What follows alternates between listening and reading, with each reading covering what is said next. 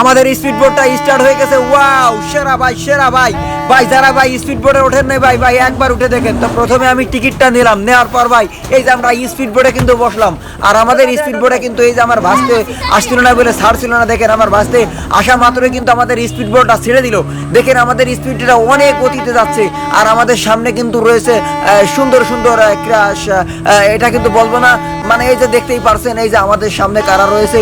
আর এই এনজয় ফিলটা ভাই আমাদের চমৎকার চমৎকার লাগছে ভাই। দেখেন ভাই স্পিড বোটে ওঠার যে একটা মজা ভাই, এইটা ভাই আমরা উঠে আমরা বুঝতে পারছি আসলে সেই একটা উপরে থাকা দর্শক বিন্দু অনেক মজা পাচ্ছিল আমাদের এই এটা দেখে মনে করতেছিল যে এটা হয়তো আমাদের গার্লফ্রেন্ড মার্লফ্রেন্ড কিছু হবে, কিন্তু আসলে এটা না।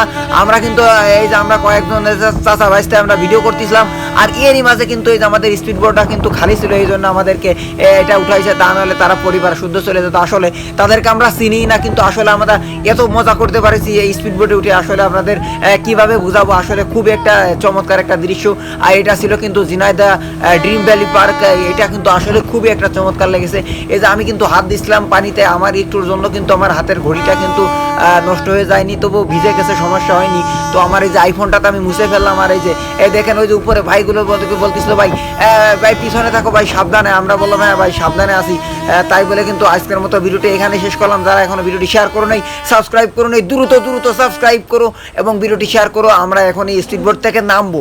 আর যদি নামে চলে যাই তাহলে কিন্তু, যদি সাবস্ক্রাইব না করো তাহলে কিন্তু এরকম ভিডিও আর কখনোই পাবা না। ঠিক আছে, তো আজকের মতো আলহামদুলিল্লাহ এখানেই কিন্তু শেষ।